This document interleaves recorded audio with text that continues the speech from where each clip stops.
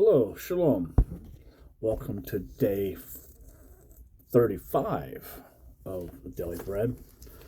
We'll be reading in Genesis 45, Judges 17, Proverbs 4, from Songs of Songs 1, and Mark 4. We'll be in reading out of the Scriptures, 2009, Genesis 45, on page 50.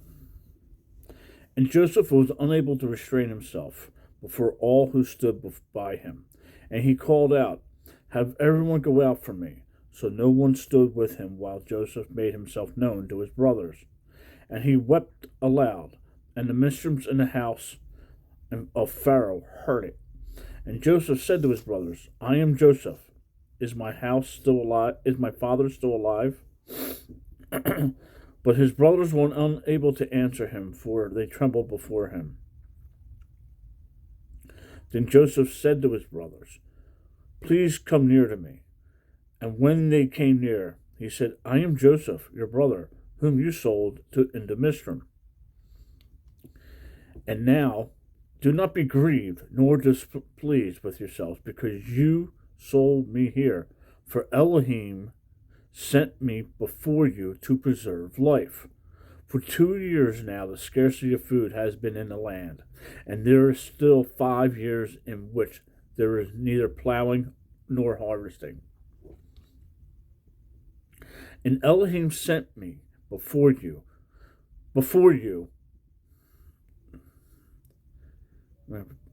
and Elohim sent me before you to preserve for you a remnant in the earth, and to give life to you by a great escape. So you did not send me here, but Elohim did. And he has sent me as a father to Pharaoh, and master of all his house, and ruler throughout all the land of Misraim. Hurry, and go up to my father, and say to him, 'Thus says your son Joseph, Elohim has made me master of all Misraim. Come down to me, do not delay, and do not dwell in the land of Goshen, and be near to me, you and your children and your children's children, your flocks and your herds, and all that you have. And I shall provide for you through there, lest you and your household and all you have come to poverty, because 5 years of scarcity. Because of 5 years of scarcity of food are still yet to come. And look, your eyes and the eyes of my brother Benjamin see that it is my mouth that speaks to you. And you shall inform my father of all my esteem, glory in Misraim, Egypt, and all that you have seen. And you shall hurry and bring my father down here." And he fell on his brother Benjamin's neck and wept, and Benjamin wept on his neck. And he kissed all his brothers and wept over them. And after that his brothers spoke with him. And the report of it was hearing by the house of Pharaoh, saying, "The brothers of Joseph have come." And it was good in the eyes of Pharaoh and in the eyes of his servants. And Pharaoh said to Joseph, "Say to your brothers, do this, load your beasts, and go into the land of Canaan, and take your father, and bring your households, and come to me. And I give to you the best land in Misraim, and you eat the fat of the lamb. And you have been commanded to do this. Take wagons out of the land of Misraim for your little ones and your wives, and you shall bring your father and come. And do not be concerned about your goods, for the best of all the land of Misraim is yours." And the sons of Israel did so. And Joseph gave them wagons according to the mouth of Pharaoh, and gave them food for the journey. And he gave them to each man change of garments. But to Benjamin he gave 300 pieces of silver and 5 changes of garments. And he sent to his father this: 10 donkeys loaded with the best of Misraim, and 10 female donkeys loaded with grain and bread and food for his father's journey. So he sent his brothers away, and they left. And he said to them, "Do not quarrel along the way."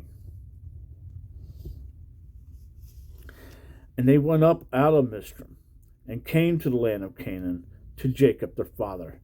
And they told him, saying, "Joseph is still alive, and he is governor of all the land of Mizraim." And Jacob's heart was ceased, for he did not believe them. But when they spoke to him all the words which Joseph had spoken to them, and when he saw the wagons which Joseph had sent to transport him, the spirit of Jacob's their father, Israel, their father, revived. And Jacob said, "Enough, my son Joseph is still alive. Let me go and see him before I die." We're going to Judges 17 on page 273. Samson just brought down the house after being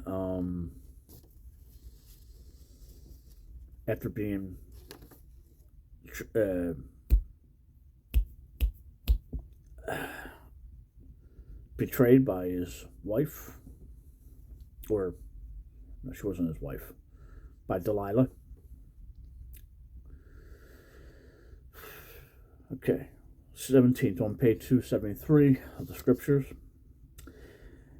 And there was a man from the hill country of Ephraim, whose name was Michah. And he said to his mother, "The 1,100 pieces of silver that were taken from you, and on which you put a curse, even saying it in my ears, look, the silver is with me, I took it." And his mother said, "Blessed of Yahweh be my son." And he gave back the 1,100 pieces of silver to his mother. And his mother said, "I had truly set apart the silver from my hand to Yahweh for my son, to make a carved image and molded image, and now I give it back to you." And he gave the silver back to his mother. And his mother took 200 pieces of silver and gave them to the silversmith. And he made it into a carved image and a molded image. And they were in the house of Michah. Now the house of Michah had a house of mighty ones, and a shoulder garment, and house idols. And he ordained one of his sons who became his priest. In those days there was no sovereign in Israel. Everyone did what was right in his own eyes. And there was a young man from Bethlehem in Judah, of the clan of Judah, and he was a Levite, and he was sojourning there. And the man went out of the city of Bethlehem in Judah to sojourn wherever he could find a place. And he came to the mountains of Ephraim, to the house of Michah, as he journeyed. And Michah said to him, "Where do you come from?" And he said to him, "I am a Levite from Bethlehem in Judah, and I am on my way to find a place to sojourn." And Michah said to him, "Dwell with me, and be a father and a priest to me, and I give you 10 pieces of silver per year, and a suit of garments, and your food." And the Levite went in. So the Levite agreed to dwell with the man, and the young man became like one of his sons. Then Michah ordained the Levite, and the young man became his priest. And he was in the house of Michah. And Michah said, "Now I know that Yahweh does good to me, since I have a Levite as a priest." That remains to be seen.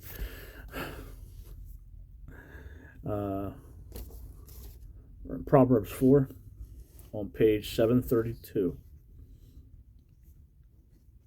Children, listen to the discipline of a father, and give attention to understanding. For I gave you good instruction. Do not forsake my Torah. For I was my father's son, tender, and the only one in the eyes of my mother. Then he taught me and said to me, "Let your heart hold fast my words.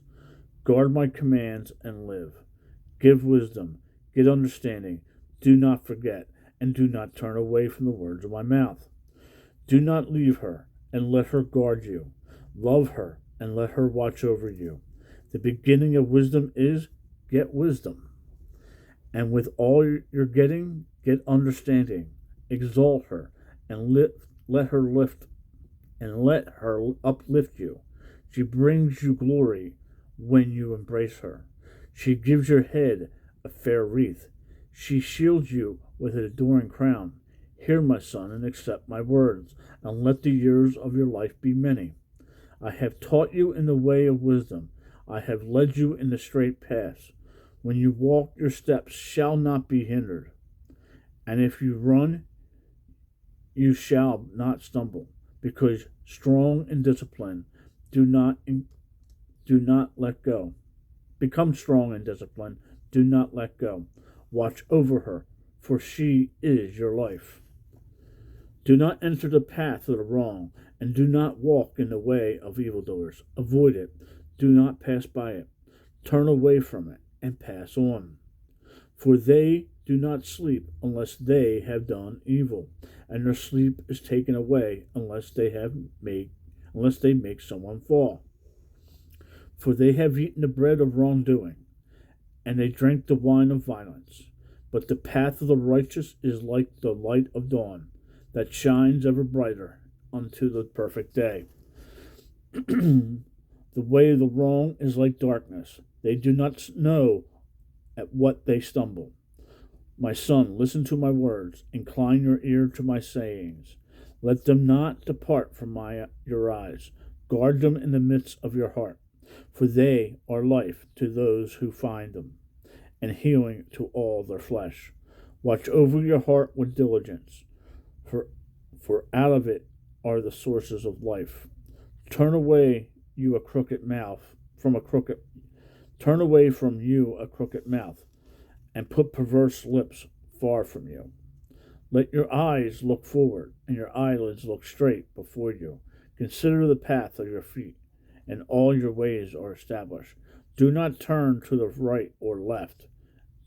Turn your foot away from evil.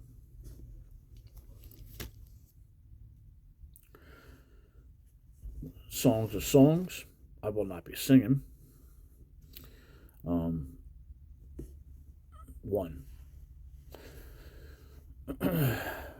The Song of Songs, which is Solomon's.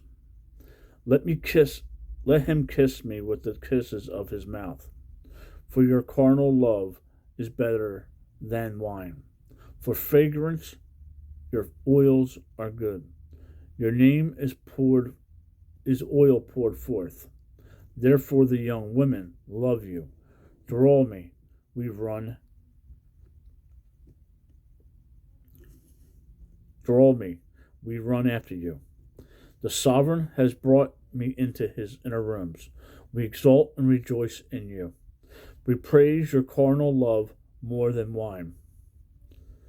Rightly do they love you. I am dark, but lovely.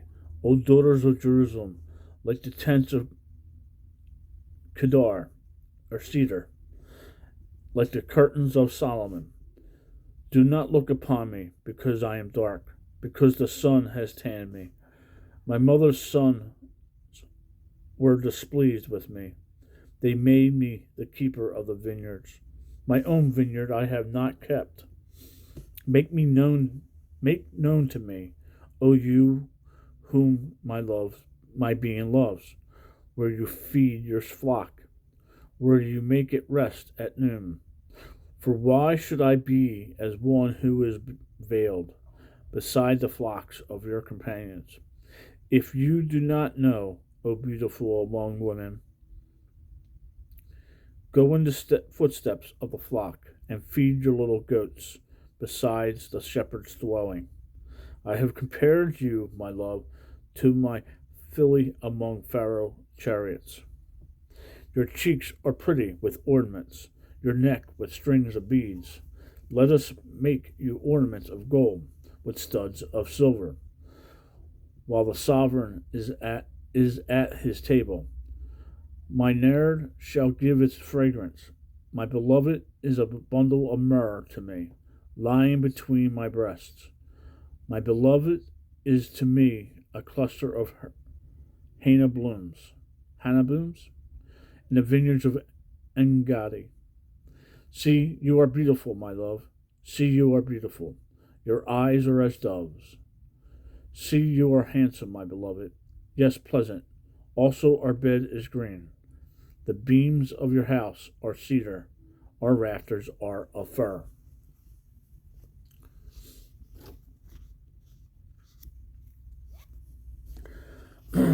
Mark 4, on page 960.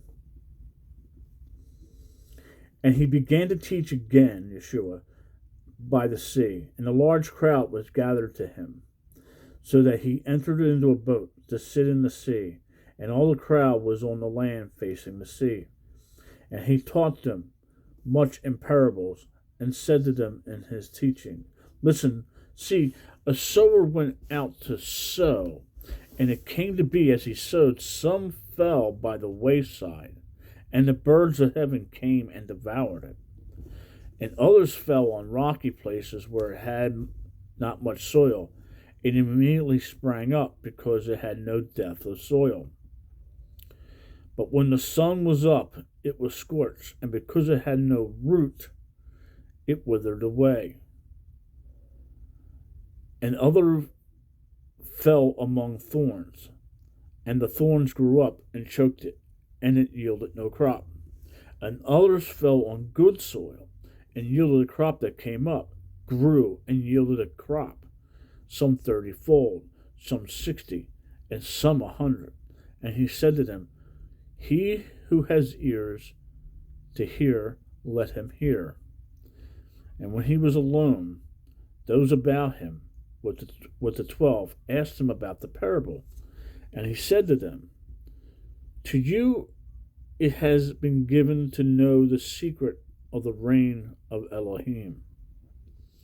But to those who are outside, all are done in parables, so that seeing they see, but do not perceive, and hearing they hear, but do not understand, lest they should turn and their sins be forgiven them.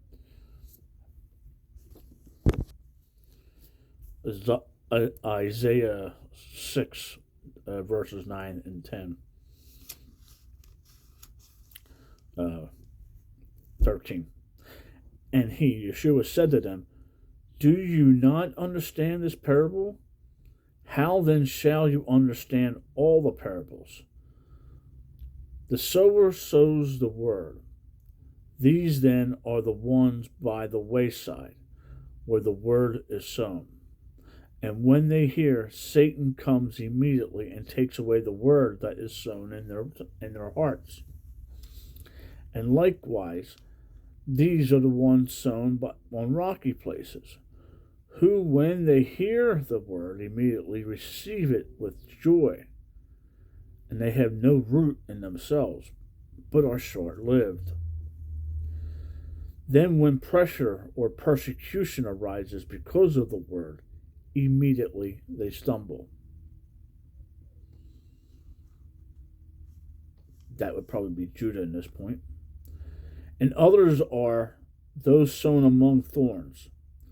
These are those who hear the word, and the worries of this age, and the deceit of riches, and the desire of other matters entering in, choke the word, and it becomes fruitless. And those sown on good soil are those who hear the word, accept it, and bear fruit, some 30, some 60, some 100-fold. And he said to them, Would a lamp be brought to be put under a basket or under a bed? Is it not to be put on a lampstand? For whatever is hidden shall be revealed, and whatever has been kept secret shall come to light. If anyone hears to hear, let him hear. And he said to them, Take heed that you hear. With the same measure you use shall be measured to you, and more shall be added to you who hear. For whoever possesses to him, more shall be given to him. But whoever does not possess, even when he possesses, shall be taken away from whatever he possesses shall be taken from him. And he said, the reign of Elohim is as when a man scatters seed on the ground, then sleeps by night and rises by day, while the seed sprouts and grows. He himself does not know how. For the soil yields crops by itself, first the blade, then the head. After that, the complete grain is in the head. And then the crop is ready. Immediately he puts to the sickle, because the harvest has come. And he said, Yeshua, to what shall we compare the reign of Elohim? Or with what parable shall we present it? Like a mustard seed, which when it is sown on the ground is small, than all the seeds on earth. It's smaller than all the seeds of the earth. And when it is sown, it grows up and becomes greater than all plants, and forms large branches, so that the birds of the heavens are able to nest under its shade. And with many such parables he was speaking to them the word as they were able to hear. And he was not speaking to them without parables. And when they were alone, he explained all to his taught ones. And on the same day when evening had come, he said to them, let us pass over to the other side. And having left the crowd, they took him along in a boat, as he was, and other little boats were also with him. And there came to be great windstorm, and the waves beat into the boat, so that it was already being filled. And he was in the stern, asleep on a cushion. And they woke him and said to him, Teacher, is it no concern to you that we perish? And having been awakened, he rebuked the wind and said to the sea, Peace, be still. And the wind ceased, and there was a great calm. And he said to them, Why are you so afraid? Have you not yet believed? And they feared exceedingly, and asked each other, Who then is this, if even the wind and the sea obey him? Shalom. Make it a great day. Read your Bible and talk to the Father.